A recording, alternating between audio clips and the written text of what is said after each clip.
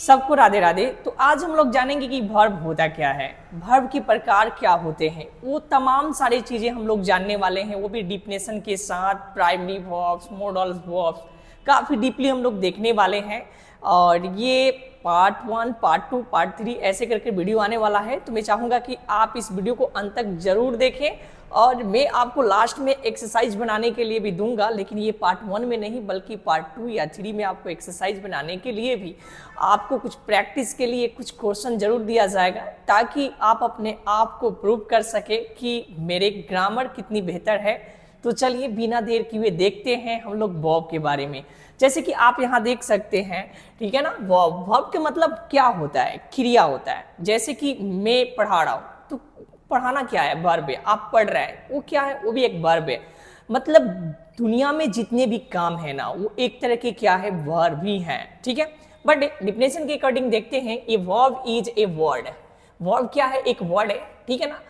जो question in the action और state of the begin, जो किसको व्यक्त करता है? जो किसी अवस्था यानी, या बोल सकते हैं कि किसी कार्य को क्या करता है? ये व्यक्त करता है। किसी अवस्था या कार्य को क्या करता है? व्यक्त करता है। आप ऐसे ही बोल सकते हैं ना, जो किसी अवस्था या कार्य को क्या करता है? व्यक्त करता है, उसी को हम क्या कहते हैं? वर्ब कहते हैं। कुल मिलाकर एक ही बात हम बोल सकते हैं कि जितने भी कार्य है ना, वो एक तरह के क्या है? वर्ब है। रोना, हंसना, गाना, बजाना, ये सारे के सारे क्या है? एक तरह के वर्ब ही हैं। तो हम यहाँ पे देखेंगे वर्ब, तो हम बात करेंगे टाइप ऑफ वर्ब के बारे में। There are 2 main type of the verb. तो देखते हैं वर्ब के टाइप के बारे में, ठीक है ना। तो यहाँ पर मैं वर्ब ले लेता हूँ, और इसके जो टाइप होते हैं ना सर, ये 2 होते हैं। एक तो मेन वर्ब होता है, ठीक है ना, मेन वर्ब। देखिए, और इसे हम ना प्रिंसिपल वर्ब भी कह सकते हैं। मेन वर्ब को क्या कह सकते हैं सर? तो हम इसको प्रिंसिपल वर्ब भी कह सकते हैं। कौन सी वर्ब कर सकते हैं? तो प्रिंसिपल वर्ब भी इसे बोल सकते हैं। और एक सेकेंड जो पार्ट है ना, इसको हेल्पिंग वर्ब भी बोलते हैं, ठीक है ना। ये हेल्पिंग वर्ब बोलिए सर, या इसको आप एक्सिलरी वर्ब भी बोल सकते हैं। एक्सिलरी वर्ब भी आप इसे क्या कर सकते हैं? बोल सकते हैं, ठीक है ना। तो ऐसे में देख सकते हैं कि जो वर्ब होता है ना, वो 2 इसका मेन पार्ट होता है, ठीक है ना। एक आपका मेन वर्ब और एक आपका एक्सिलरी वर्ब। यहाँ पर देखिए, मेन वर्ब के भी 2 टाइप होते हैं, ठीक है ना। प्रिंसिपल वर्ब के भी 2 टाइप होते हैं। एक होता है ठीक है ना, जेटिव वर्ब, ठीक है, और एक होता है इंट्रांजेटिव वर्ब। कौन सा? तो इंट्रांजेटिव वर्ब, ठीक है ना। एक होता है इंट्रांजेटिव वर्ब। और मैं बात करूं ना, तो ट्रांजेटिव वर्ब भी 2 तरह के होता है, ठीक है ना। एक होता है मोनो ट्रांजेटिव वर्ब, और एक होता है डाई ट्रांजेटिव वर्ब, ठीक है। ये 2 टाइप। और आपको इसके बात करूँ ना, तो ये भी 2 टाइप का होता है, ठीक है ना। मतलब टोटल ऐसे देखा जाए तो 23 जो है ना, किसी ब्राउजर पर जाकर अगर आप सर्च करते हैं कि how many types of the helping या ऑक्सिलरी वर्ब, तो there are 23 auxiliary verb in the English grammar. यानी आप उसमें सर्च करेंगे ना, तो बस वो दिखाएगा कि 23 क्या है कि हेल्पिंग वर्ब है, लेकिन हम लोग यहाँ 24 पढ़ने वाले हैं, ठीक है। तो देखिए, अभी तो हेल्पिंग वर्ब जो होता है ना, वो 2 तरह के। एक तो हम लोग देखेंगे प्राइमरी वर्ब के बारे में पढ़ेंगे, ठीक है ना। और ये प्राइमरी वर्ब एक तरह की वो वर्ब होते हैं जो हेल्पिंग वर्ब की भी तरह काम करते हैं और मेन वर्ब की तरह भी काम करते हैं। एक्चुअली तो हेल्पिंग वर्ब है ही, बट ये मेन वर्ब की भी तरह ये काम करते हैं, ठीक है। तो ये कौन कौन से है? तो बी है, ठीक है ना, हैव है, हैव हैज दोनों ले सकते हैं, और आपका डू है, वो आगे हम लोग देखने वाले हैं, टू डज भी।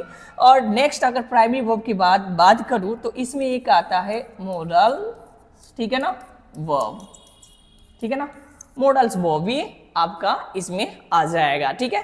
तो एक्सिलरी वर्ब को 2 पार्ट में मैंने डिवाइड कर दिया है। एक तो प्राइमरी वर्ब, जो काफी हम लोग डीपली इसको देखने वाले हैं, और एक हो जाएगा आपका मॉडल्स वर्ब, ठीक है। जैसे कि आप यहाँ पर देख सकते हैं, मैं चाहूंगा कि आप स्क्रीनशॉट इसका ले लीजिए एक, ठीक है। और नेक्स्ट देखते हैं हम लोग थोड़ा सा इसमें ये भी देखते हैं कि मेन वर्ब क्या होता है।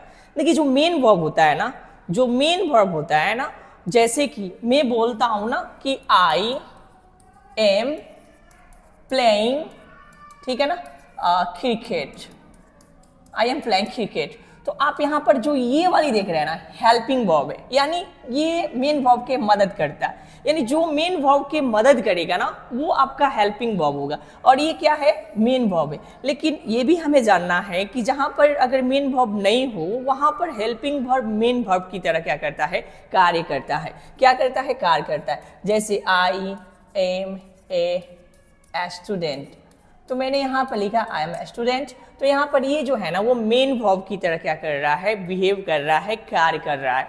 तो एक चीज हमें तो ये मालूम करना है कि जो हेल्पिंग वर्ब है ना वो क्या हो सकता है ना, मेन वर्ब भी हो सकता है और हेल्पिंग वर्ब हो सकता है। अगर मेन वर्ब नहीं है तो वहाँ पर हेल्पिंग वर्ब क्या होगा, एक तरह के मेन वर्ब होगा, ठीक है। और मेन वर्ब तो मेन वर्ब होता ही है, वो हम लोग काफी आगे डीपली देखने वाले हैं। तो इसमें हम लोग बात करेंगे मेन वर्ब जो है ना वो दो तरह के होते हैं, एक ट्रांजिटिव वर्ब होता है, एक इनट्रांजिटिव वर्ब होता है। लेकिन ट्रांजिटिव वर्ब होता क्या है हम लोग आगे अभी जस्ट देख लेते हैं यहाँ पर, ठीक है सर। जैसे कि यहाँ पर मैंने इंसर्ट करके रखा है कि ट्रांजिटिव वर्ब होता क्या है। तो देखिए, the verb which take an object with itself is known as the transitive verb. आप बोल सकते हैं कि जब वर्ब जो होता है ना वो अपने साथ क्या करता है, कोई ना कोई ऑब्जेक्ट को क्या करता है, लेकर आता है। अब यहाँ पर एन लिखा गया है सर, तो एन क्या है, एक आर्टिकल है। ए और ए इन जो होता है एक इंडिफिनिट आर्टिकल होता है, यानी कोई भी ऑब्जेक्ट, इसका मतलब, ठीक है। तो यहाँ पर जो देख रहे हैं ना, तो क्या कर रहा है ना कोई ऑब्जेक्ट कोई लेकर आएगा, तो हम उसे क्या कहेंगे, ट्रांजिटिव वर्ब कहेंगे, ठीक है ना। क्या कहेंगे उसे, ट्रांजिटिव वर्ब कहेंगे। जैसे कि आई एम, ठीक है ना, रीडिंग अ बुक, ठीक है, या आई एम वाचिंग, ठीक है ना, ए आई पी एल, ठीक है, मैंने यहाँ पर देख लिया। या क्रिकेट, जो भी लिखना लिख सकते हैं, ठीक है। या I did not play cricket, ठीक है। तो आप यहाँ पर देख सकते हैं ना कि ये जो वर्ब यहाँ पर है ना, ये वर्ब क्या है, तो ट्रांजिटिव वर्ब है। इसे ट्रांजिटिव वर्ब क्यों कहेंगे, क्योंकि ये ऑब्जेक्ट को लेकर अपने साथ आया है, ठीक है ना। ये भी ऑब्जेक्ट, इसमें भी आईपीएल एक ऑब्जेक्ट है, और यहाँ पर भी क्रिकेट देखिए एक ऑब्जेक्ट है। यानी जब भी कोई वर्ब, ठीक है ना, जब भी कोई वर्ब, अगर वो वर्ब किसी ना किसी ऑब्जेक्ट को लेकर आता है, जब भी कोई वर्ब ऑब्जेक्ट के साथ आता है, तो उस वर्ब को हम वर्ब नहीं कहेंगे, उस वर्ब को हम मेन वर्ब भी नहीं कहेंगे, उस वर्ब को हम ट्रांजिटिव वर्ब कहेंगे। काफी सिंपल है। आप ऐसे भी बोल सकते हैं कि किसी वाक्य में किसी वर्ब के साथ कोई ऑब्जेक्ट आता है, एक या दो या उससे भी अधिक ऑब्जेक्ट आता है, तो उसमें यूज किए गए वर्ब को हम क्या कहेंगे, तो ट्रांजिटिव वर्ब कहेंगे। तो ये हमारा ट्रांजिटिव वर्ब है, ठीक है ना, ये भी हमारा ट्रांजिटिव वर्ब है, ठीक है ना, ये ट्रांजिटिव वर्ब है, ठीक है।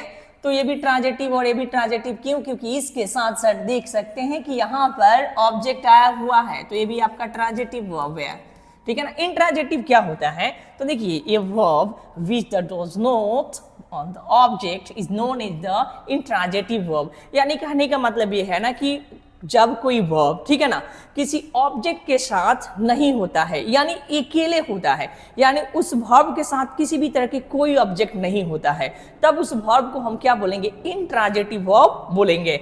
जैसे कि मैं यहाँ पर लिख दे रहा हूँ आई प्लेड, ठीक है ना, मैंने खेला, या यहाँ पर मैं लिख दे रहा हूँ आई हैव, ठीक है ना, वाज, ठीक है, ए मूवी, ठीक है। तो इसमें अब देखिए दोनों में क्या है ना कि इसके साथ कोई ऑब्जेक्ट नहीं है, तो ये इसके साथ कोई ऑब्जेक्ट नहीं है, तो ये क्या है, ये हमारा जो है ना ये इंट्रांजिटिव वर्ब है। क्या है, इंट्रांजिटिव, ठीक है ना, वर्ब है। ये क्या है, एक इंट्रांजिटिव है, इंट्रांजिटिव वर्ब। सर यहाँ पर हम लिख ही देते हैं, इंट्रांजिटिव वर्ब है, ठीक है ना।